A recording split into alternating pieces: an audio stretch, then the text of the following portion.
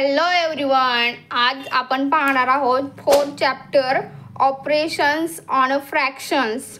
Operations म्हणजे काय तर एखाद्या गोष्टीला तोडणे आणि फ्रॅक्शन म्हणजे काय तर अंश आणि छेद ह्या स्वरूपात त्या गोष्टीचं काय करणे, विभाजन करणे म्हणजेच ऑपरेशन ऑन फ्रॅक्शन्स. आपण हा चॅप्टरमध्ये आपण काय आहे हे पाहणार आहे आणि आज आपण प्रॅक्टिस सेट 9 सोडवणार आहोत. एक आहे प्रॉपर फ्रॅक्शन्स.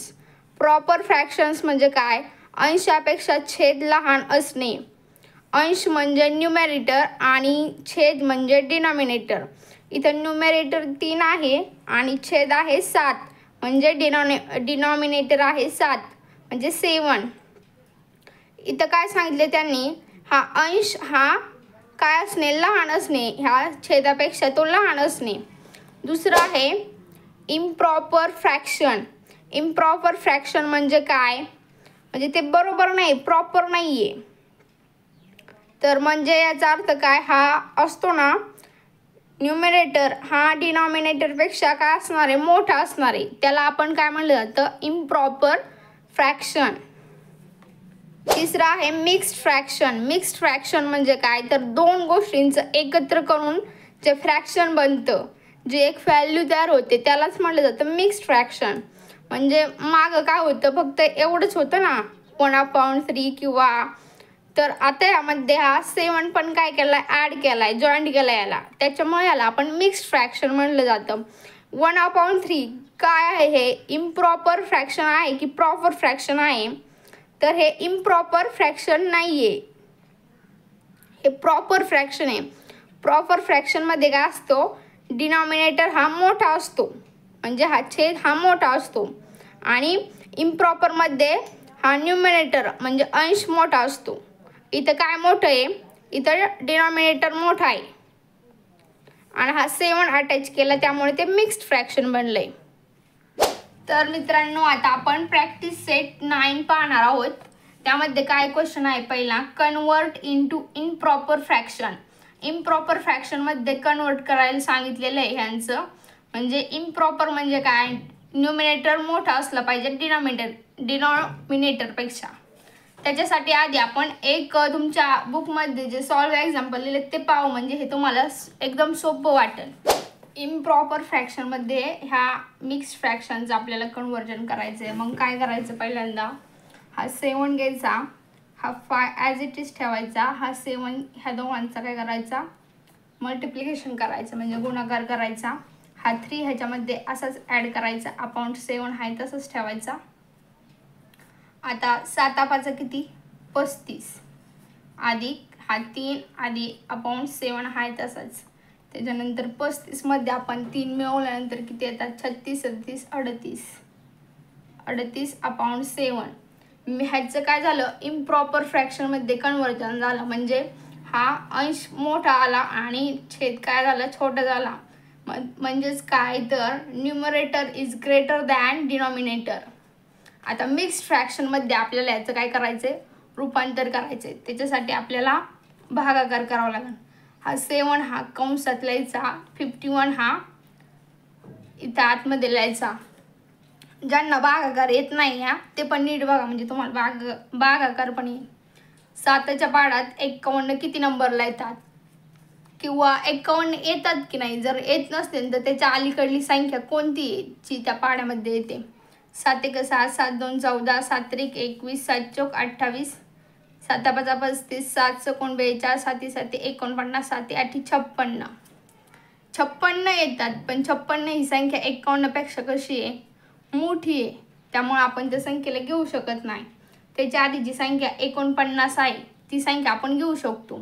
ती किती नंबरला आहे मग ती घ्यायची, किती नंबरला आहे, 7 7 49 म्हणजे 7 नंबरला आहे, 7 वरती लिहायचं. त्यामुळं आता 51 मधनं 49 आपण घालवायचे, म्हणजे इथे 1 हाय ॲज इट इज ठेवायचा, इथे याच्याकडे जायचं, 5 कड 1 पुसणं आणायचा, इथे राहिले 4, इथे झाले 11. 11 मधनं 9 गेले, किती राहिले 2. 4 मधनं 4 गेले 0. आता याला कसं लिहायचं, हा जे ह्याला इंग्लिशमध्ये काय म्हणतात, ह्याला म्हणतात डिव्हिजर, ह्याला म्हणतात डिव्हिडंड, याला म्हणतात क्वोशंट, याला म्हणतात रिमाइंडर. म्हणजे भाज्य, भाजक, भागाकार, बाकी. म्हणजे आपल्याला हा रिमाइंडर आधी लिहायचा असतो खालचा. त्याच्यानंतर रिमाइंडर लिहिल्यानंतर काय करायचं, क्वेश्चन लिहायचा. क्वेश्चन हा असतो ना तो आधी इथे लिहायचा आणि अपॉन हा जो भाजक आहे ना म्हणजे डिव्हिजर तो इथं खाली लिहायचा. आता समजलं की तुम्हाला मिक्स्ड फ्रॅक्शन मध्ये कसं रूपांतर करायचं. आता पहिला प्रश्न आपण ह्याच्यातला सोडूया. इम्प्रॉपर फ्रॅक्शन मध्ये आपल्याला रूपांतर करायचं आहे म्हणजे आपल्याला न्यूमरेटर मोठा आणायचा आहे. आता इथं काय करायचं, तुमच्या पुस्तकामध्ये वेगळी स्टेप दाखवलेली त्या पद्धतीने जर केलं तर तुम्हाला समजून नाही समजून मला माहीत नाही, पण ह्या पद्धतीने एकदम सोपं आहे आणि असं केलं तरी बरोबर देते. इथं 7 ॲज इट इज लिहायचा आणि हे उदाहरण आपण ॲज इट इज लिहून घेऊ पहिल्यांदा.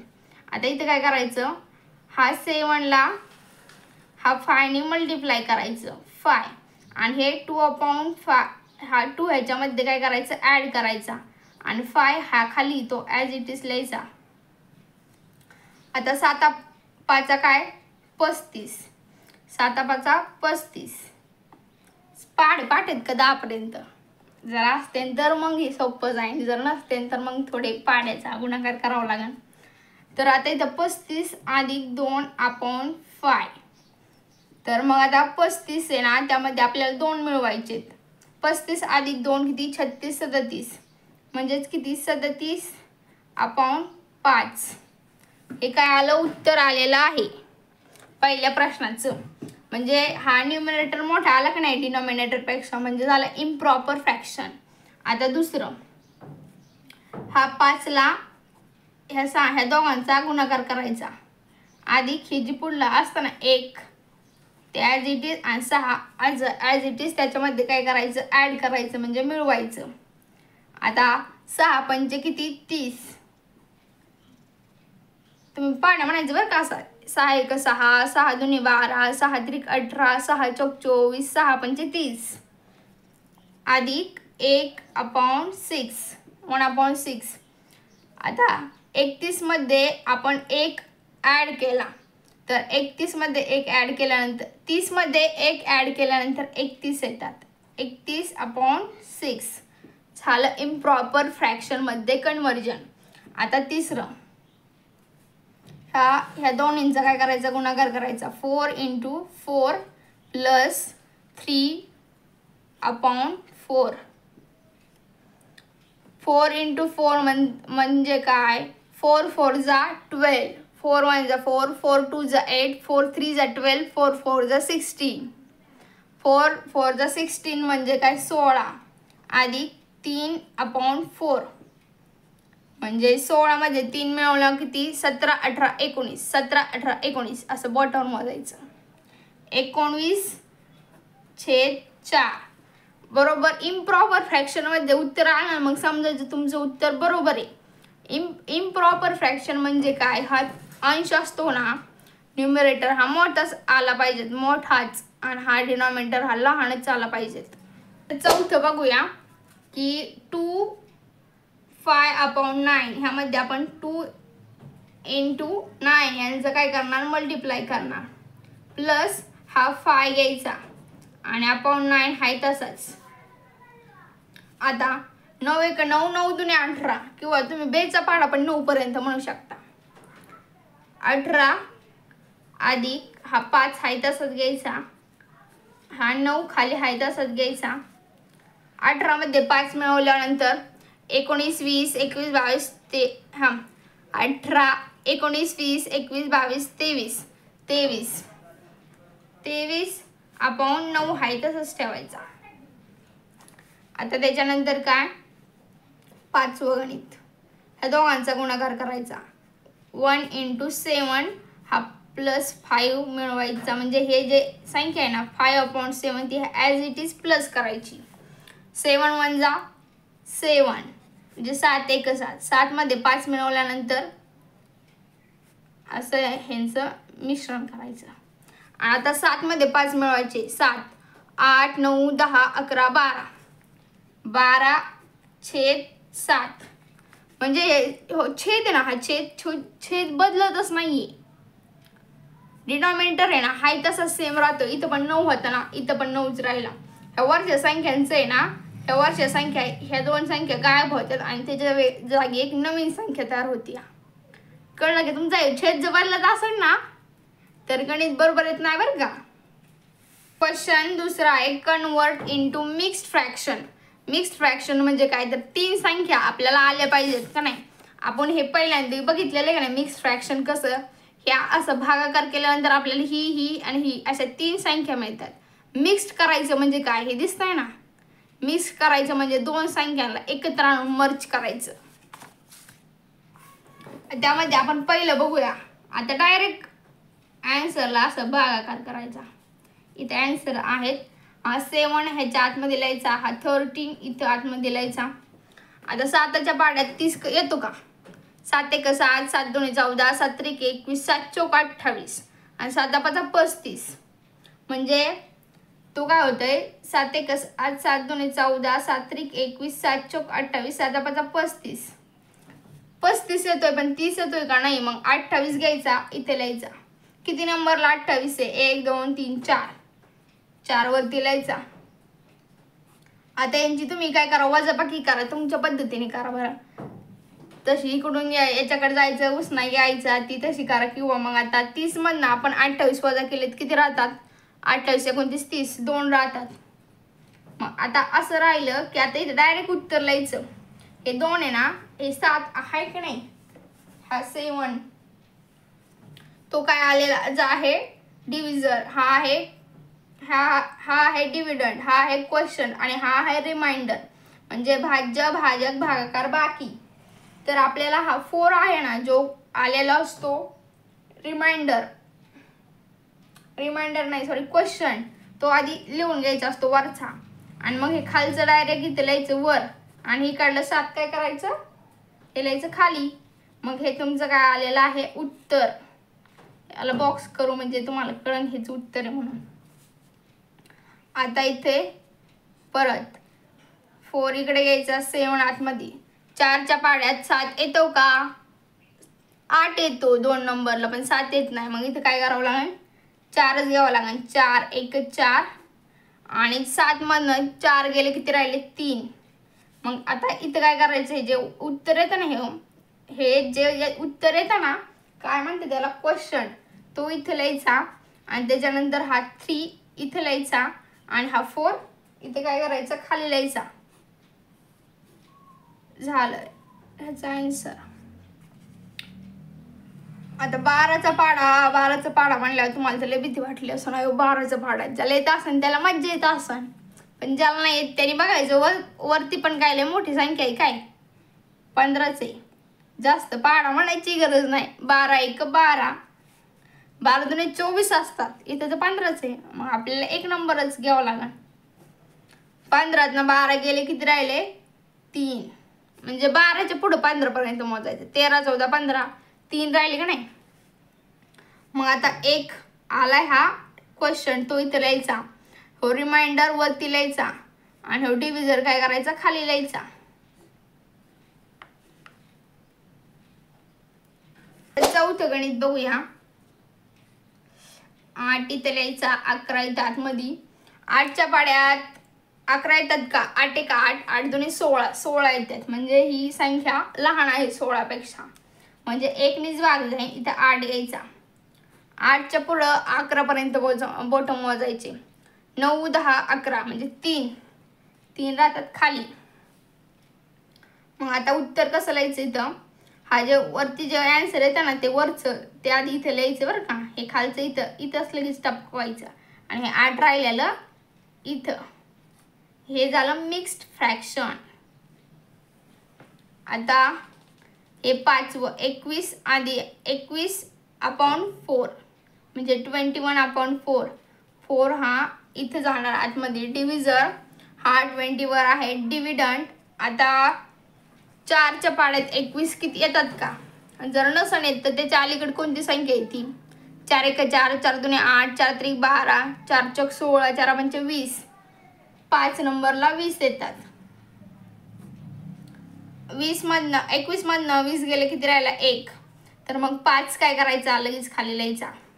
हा 1 राहिलेला तो वरती लिहायचा आणि हा 4 राहिलेला इथं खाली लिहायचा.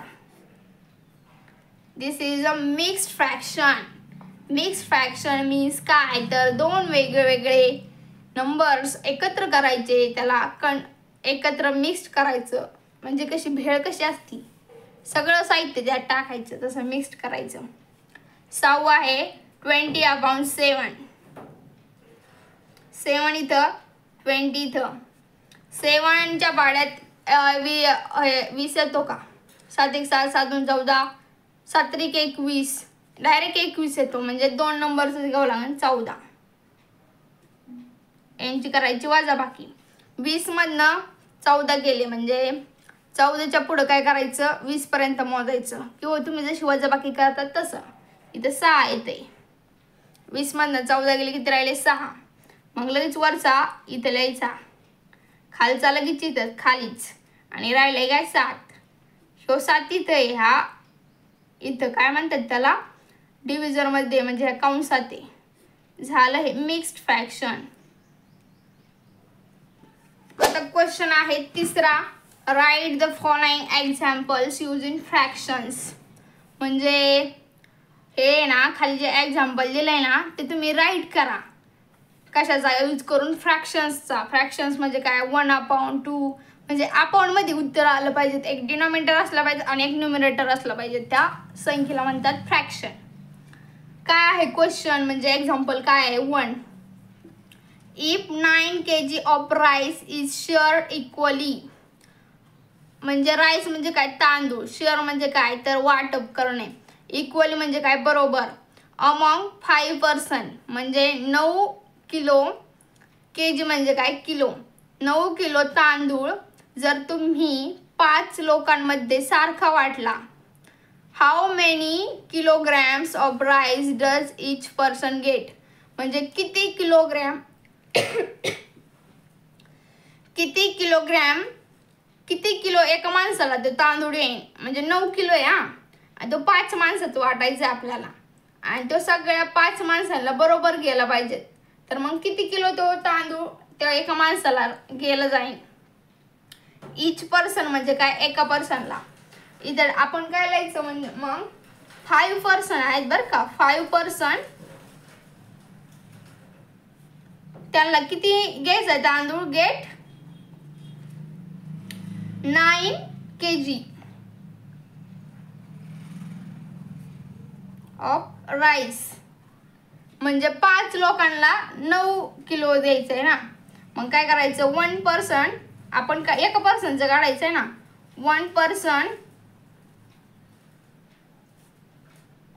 पर्सन गेट राईस किती येईन बरं 9 किलो आहे ना पूर्ण. मग काय करायचं टोटल जे किलो असतं ना म्हणजे किलोग्रॅम जे असतं त्याला वरती ठेवायचं, आणि जे असतं ना दुसरं आता 5 माणसात वाटायचं त्या माणसांना काय करायचं खाली ठेवायचं. एवढा केजी राईस एक माणसाला येईन. 9/5 kg गेट 1 पर्सन. हे त्याचं काय आले उत्तर झालं एवढं. ह्या बॉक्स मधलं जे आहे ना मेन उत्तर आहे. कळलं का कसं शोधायचं. दुसरा क्वेश्चन आहे to make 5 shirts of the same size. म्हणजे आपण काय केलं 5 शर्ट बनवलेत एका सेम म्हणजे काय सारख्या साईजचे म्हणजे सारख्या मापाचे. 11 मीटर्स. आता हे मीटर आला ना, हे मीटरवाला काय वरती ठेवायची संख्या लक्षात ठेवायची बरं का. Of cloth is needed, how much cloth is needed for 1 shirt. म्हणजे आपण 5 शर्ट शिवले त्यासाठी आपल्याला बघा पहिलं वाक्य तुम्हाला अर्थ कसा मराठीत लावायचा ते शिकवते पहिल्यांदा. To make 5 shirts of the same size.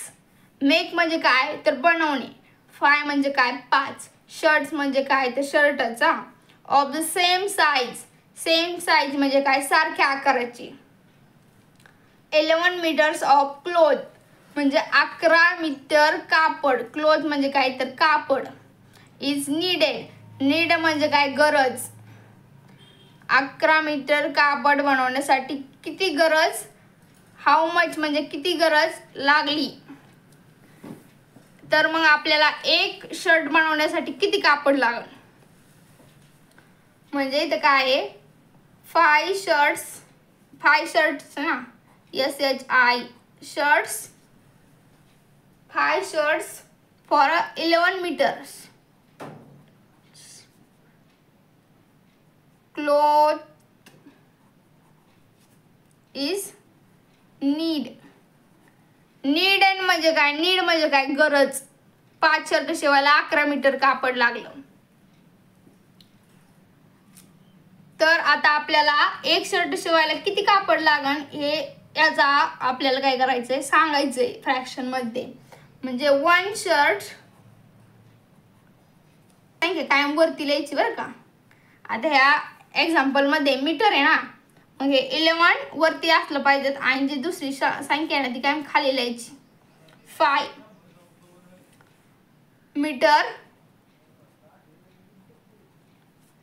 cloth is CLO is needed. म्हणजे काय? 11 pound 5 metre cloth is needed. म्हणजे किती अवघड काय आहे का ह्याच्यात. हे मीटरवाला आहे ना ते काय करायचं शोधायचं, ते वरती लिहायचं आणि जे राहिलं आहे ना ते किती बनवायचं आहे काय त्याला खाली लिहायचं. आणि 1 पर्सन म्हणजे काय? इथं आपण 1 लिहिलंय ना. 1 शर्ट असतं बरं का. शर्ट्स म्हणजे अनेक शर्ट आणि एक शर्ट म्हणजे काय तर एकच शर्ट. इथेच तुमचा प्रॅक्टिस सेट संपलेला आहे मित्रांनो. तुमच्या मित्रांना शेअर करा.